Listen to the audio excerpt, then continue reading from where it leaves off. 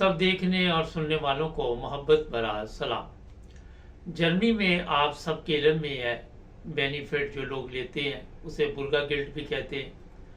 और ये वो लोग हैं जिनके पास काम नहीं होता और उनको फिर जनाब घर का किराया, खाने पीने की सहूलत और मेडिकल भी, यहाँ तक कि उनकी जो मेडिसिन है वो भी फ्री होती है तकरीबन। ये सहूलत जर्मनी में दी गई। अब होता ये है कि अगर आप बेनिफिट में हैं तो ऐसे ही है कि आपने जॉब सेंटर के साथ राब्ते में रहना और जॉब सेंटर आपको बुलाएगा। हर 6 माह बाद एक नया अनट्रैक करना पड़ता है, एप्लीकेशन करनी पड़ती है, उसमें बैंक स्टेटमेंट देनी पड़ती है।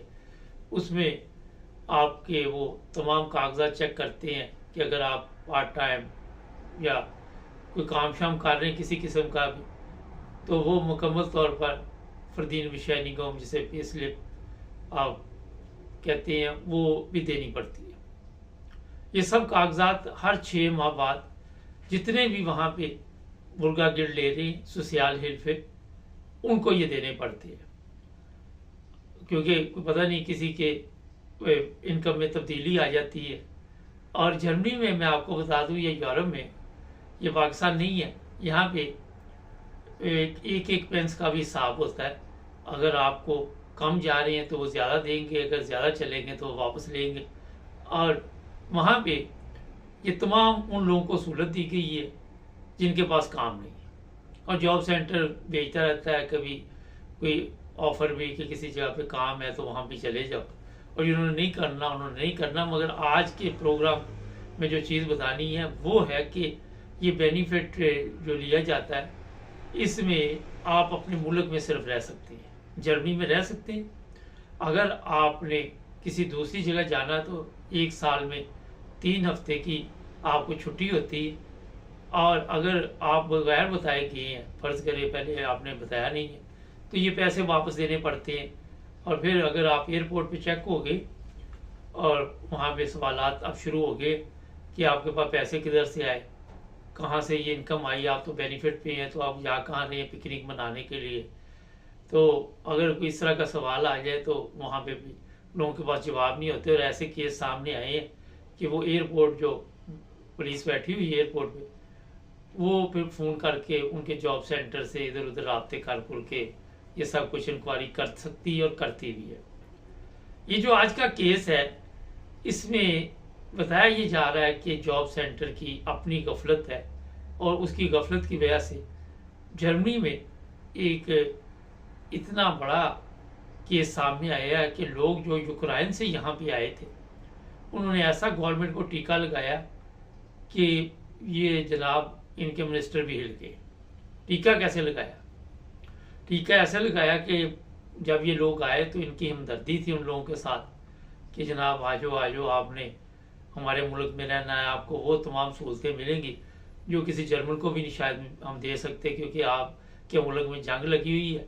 और बड़ी हौसला अफजाई के साथ, बड़े अच्छे तरीके के साथ वेलकम किया गया, खुश आमदीद। और इनमें ज़्यादा औरतें हैं, मर्द जो है वो वहीं पे हैं, वो पता नहीं मर के खप गए क्या हुआ, वो आपको दूसरे प्रोग्रामों में हम बताते रहते हैं। खैर, वो जंग के लिए वहाँ पे अब इन्होंने क्या काम डाला, काम ये डाला कि ये यहाँ पे आए, इन्होंने आके यहाँ रजिस्ट्रेशन कराई। 1 साल तक ये रहे जनाब अपने यूक्रेन में और पैसे यहाँ से खींचते रहे। हज़ारों यूरो जो थे इन्होंने वसूल किए। और वो जनाब बताया जा रहा है कि ये जॉब सेंटर की कोई गफलत है जिसकी वजह से ये फ़ायदा उठा गए। 6 माह बाद जॉब सेंटर ने हाजिरी के लिए बुलाना होता है, लेकिन जो इज़हार है वहाँ पे कोई ज़ाखार बाइटर बैठा होगा, जो भी इनका मुतलका काम करने वाला होगा, उसने शायद इस तरफ उन्होंने ख्याल नहीं दिया कि ये मजलूम लोग हैं और ये बेचारे परेशान हैं तो इनको क्या तंग करना। अब जनाब वहाँ पे खलबली मच गई है और तमाम सूबों ने जब ये खबर देखी है तो इंक्वायरी शुरू कर दी है।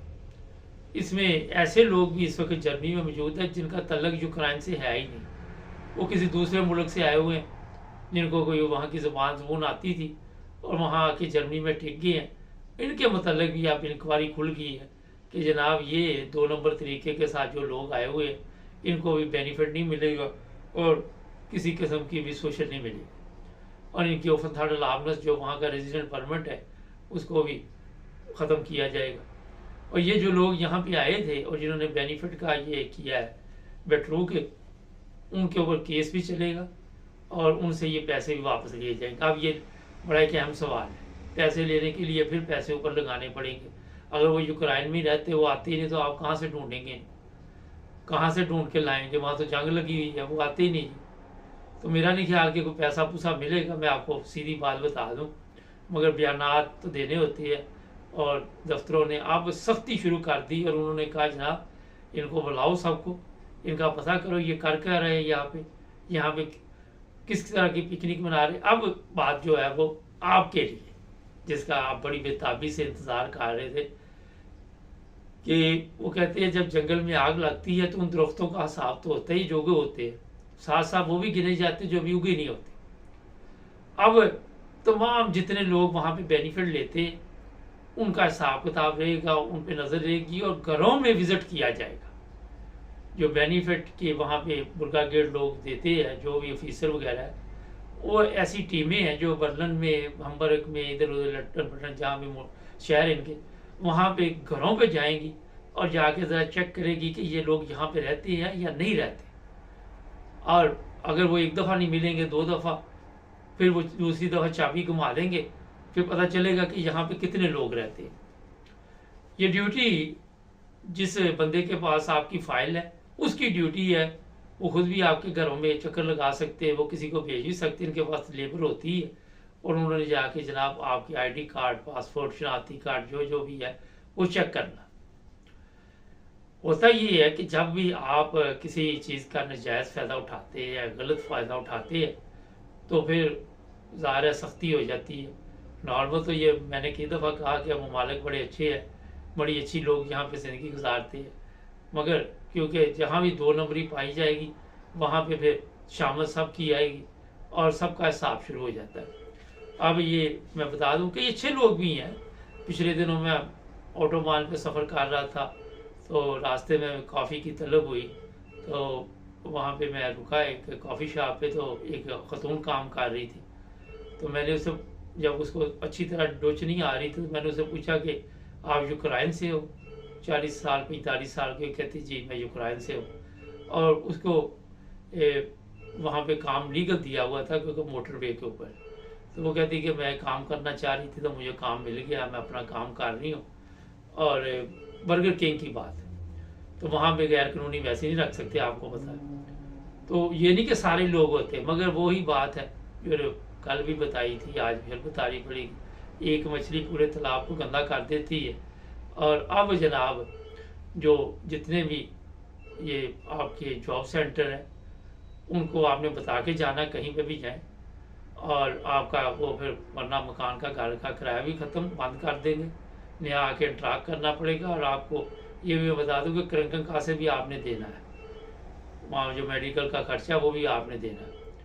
और अगर आप एयरपोर्ट पे गए हैं तो पूरा बंदोबस्त करके जाए बड़ी एहतियात के साथ। अगर वहाँ पे किसी इमिग्रेशन वाले, पुलिस वाले ने आपको पूछ लिया तो फिर आपको वहाँ पे भी ये बताना पड़ेगा कि ये खर्चा किसने दिया है और ये पिकनिक आप किस खुशी में मना रहे हैं। जर्मनी में तो चलो ठीक है, मगर जो लोग हमारे पाकिस्तान में जाते हैं और लंबे रास्ते तक रहते हैं और यहाँ पे खाते चल रहे होते हैं, उनके लिए भी एहतियात अब ज़रूरी है और करनी भी चाहिए। जो कवानीन है उनका एहतराम करना चाहिए।